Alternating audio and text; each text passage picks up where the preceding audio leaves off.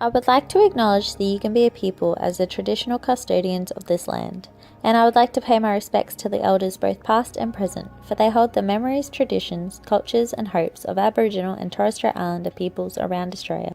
To find out how visible and valued the first Australian cultures, viewpoints and country are, I decided to wander around my local environment. I have lived in Logan for 20 years and completed 13 years of schooling in Crestmead, which I have only recently learnt is on Yugambeh land. I am a fifth generation Australian. My great-great-great-grandfather came to Australia on a convict ship as a free settler. During my school years, I was taught a very limited view on Indigenous cultures and history, and it is only since beginning this course that I've discovered the oppression and hardships endured by the Indigenous peoples of Australia. As I wandered my local area searching for Indigenous culture, I noticed the houses we live in, permanent structures with people all living separate lives.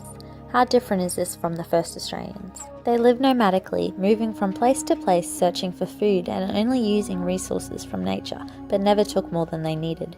Generations lived together in communities and groups, and they always respected the country on which they lived.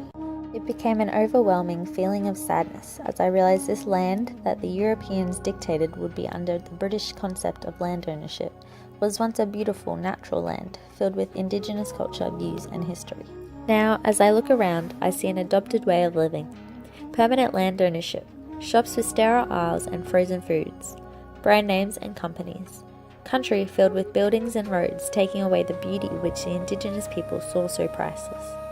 My local library displayed only a flag to show the history of Indigenous culture. There was no evidence in my surroundings that Indigenous communities and cultures was of importance on this land.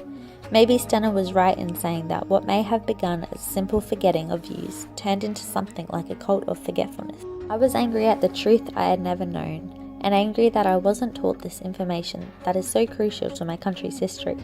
I now understand more clearly the depth of tragedy that occurred here, the dispossession of Indigenous culture and land, the destabilisation of Indigenous economies, and the inability to speak their own language and perform traditional ceremonies.